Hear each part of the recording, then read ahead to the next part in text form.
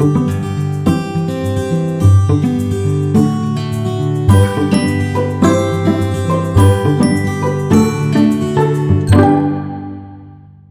guys, welcome back to Frances Quilts. We haven't had a video in several weeks and I apologize for that, but I've been very busy giving you all the information about the International Quilt Festival. For the last 3 weeks, I have been posting daily posts about the things that I saw, going through each of the categories. If you have missed any of those, I encourage you to check out my blog. It's at francesquilts.com/blog. As soon as I got home, I started planning for my next quilt. It is going to be part of my Guild challenge. We have 2 a year, and this one is due in December, so I've got to get started on it. It is called Pretty in Pink. There has to be, obviously, a lot of pink in it, but then it also has to have some piecing and or applique. It has to have a mixture of the two.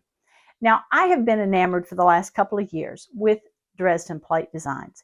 And then when I was in Sweden back in October, I visited a quilt shop that also had some very cool Dresden plate templates. So I decided I was going to make Dresden plates. So I want to walk you through that process today. Come and join me.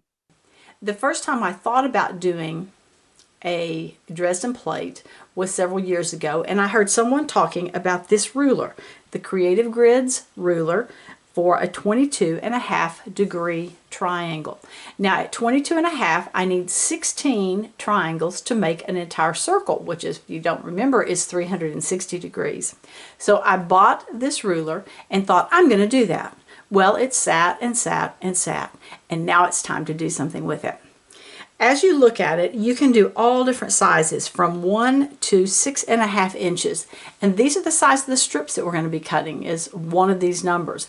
I'm going to start with a 4-inch strip. So I'm going to be cutting strips of fabric that are 4 inches, and then I'm going to be using this ruler to cut those wedges out. Let me get those strips ready for us.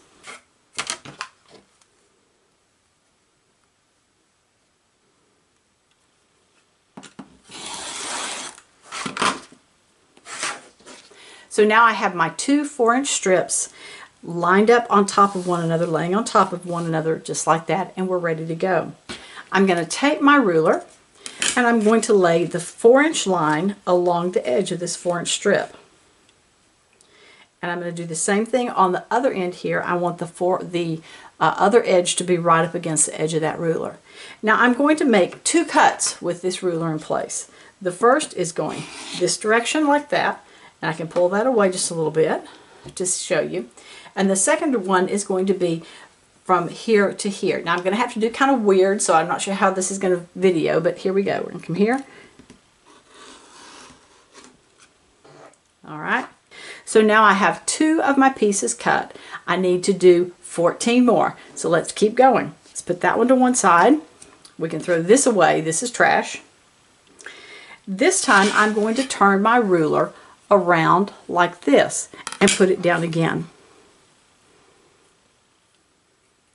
So I will line up this edge right here along the edge of the ruler, and again I have the line, the 4-inch line here, and I have the tip of the ruler right there. Let's make a cut.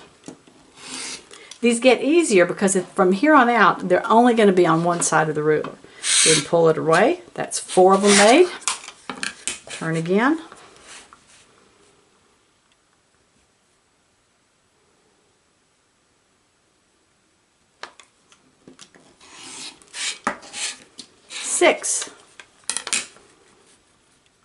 So now we have all 16 of our wedges cut, and it's time to do a little bit of ironing before we start sewing.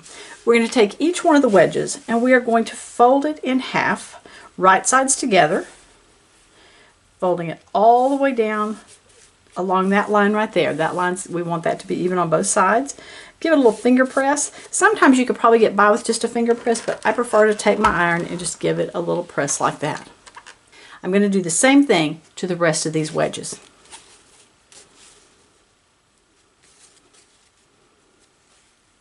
Remember, right sides together.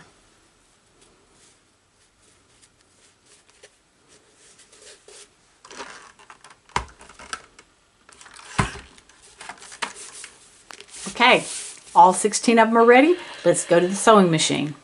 All right, at the sewing machine, We're going to take each one of these wedges that we folded and we're going to sew a 1/4 inch line along this edge right here. You can chain sew them, chain piece them, just one after the other. We're going to come through one. As soon as that one's out of the way, we can pick up the next one. Let's get all 16 done.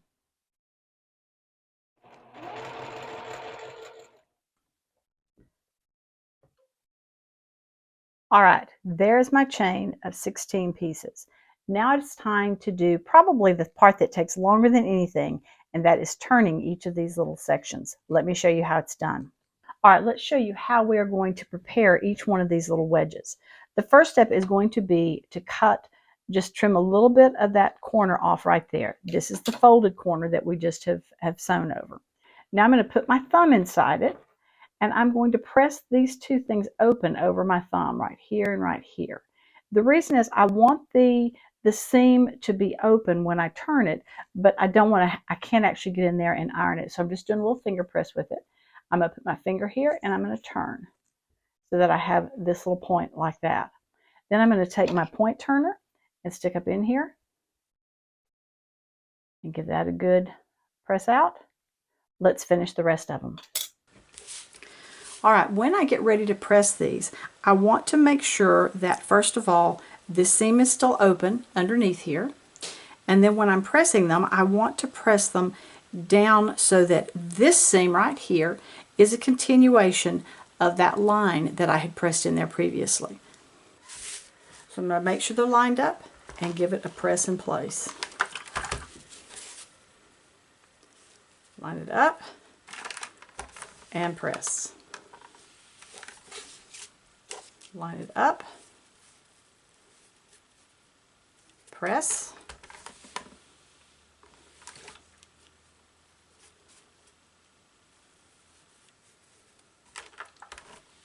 having that line pressed in place makes it so much easier to keep all of these set properly.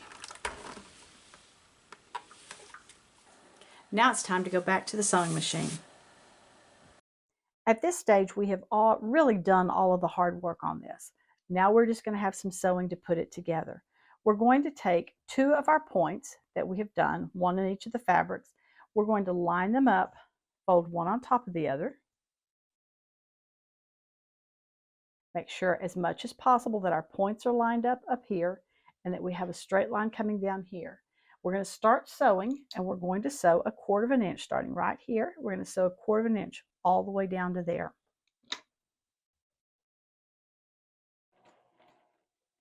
I kind of like to take an extra stitch or two or back stitch as I start sewing.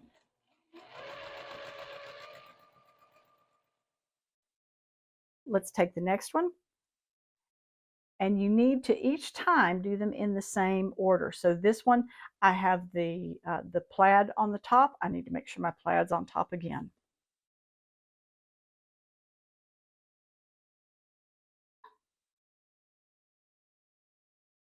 Line those up.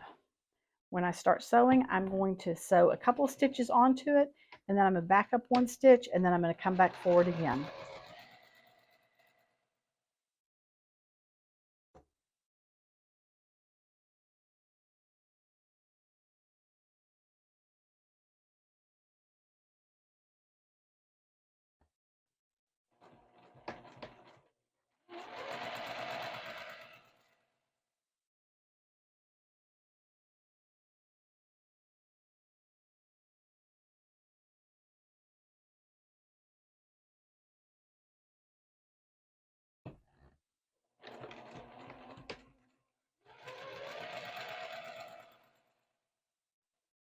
Back at the ironing board, I'm going to set the seam, I'm going to open it, and I'm going to press it to the solid.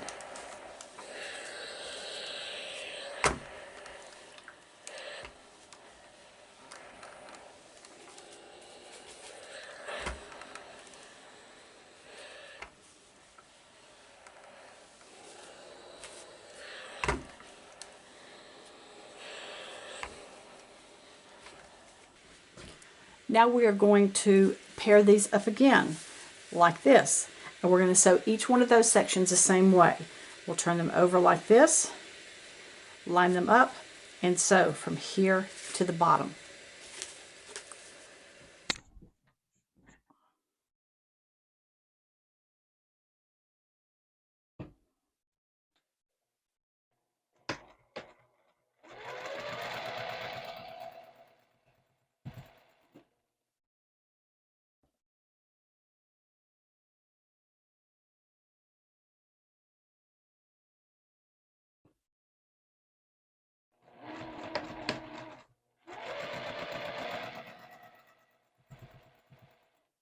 So now that we have them in fours like this, we're going to do the same thing. We're going to press them. This time, to keep them all going the same direction, we're going to be pressing toward the plaid. We fold it over and press.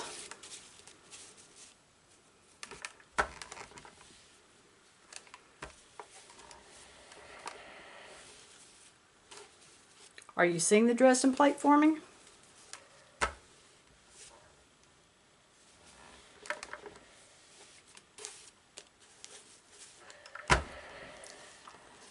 And those of you that were counting and said, Frances, you don't have enough of those cut, you're exactly right. I ended up too short and had to go cut some more. So as you might have guessed, we're now going to take each sets of these, sew them together, and then sew those all together like that. Now it's going to get very bulky in here as all of these seams come together. Because I am going to put a circle over the top of this, over the center, I don't care if there's a hole there. So I'm going to take my scissors and I'm just going to cut a little bit of that bulk out in those corners. Not much, just a little bit.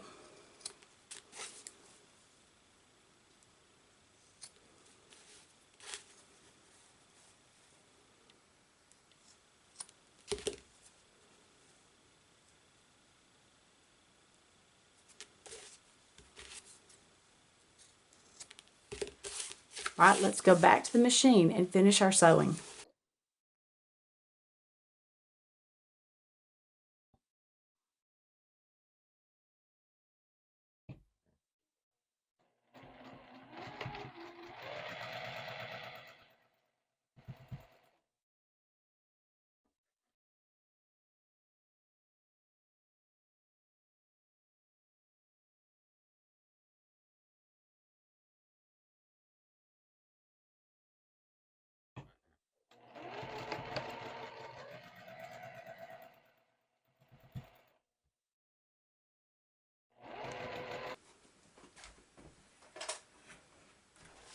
Let's press one last time.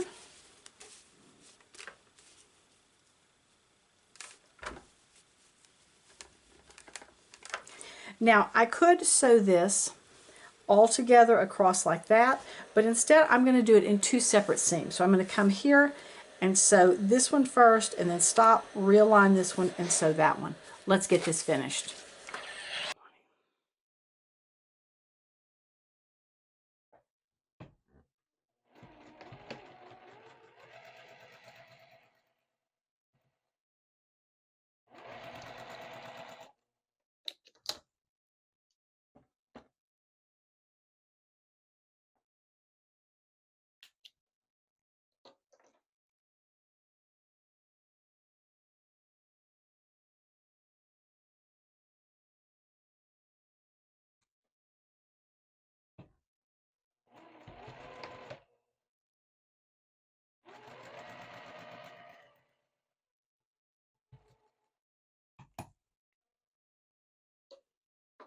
All right, here's our finished Dresden plate. Doesn't it look great? It has this tiny little hole in the center, but we're going to be covering that up with a circle, a centerpiece there. So this is ready now to be placed into a quilt. It can be appliqued on, it can be just sewn around the edges, however you want to attach this Dresden plate. Okay, that's how you make a Dresden plate. Over this next week, I'm going to be showing you as I place these Dresden plates on my background, as I play with some quilting. I had a lot of fun doing some grid quilting on this quilt, and I can't wait to show it to you. So be sure and stay in touch with me by subscribing to my blog at francesquilts.com/blog. Thank you so much for joining me today, And as always, I look forward to seeing you next time on Frances Quilts. Remember, if you like what you've seen, be sure to give it a thumbs up and subscribe. Please check out my website and daily blog at francesquilts.com, and I can be found on Facebook and Instagram at Frances Quilts. Thanks so much for joining me. Hope to see you again soon.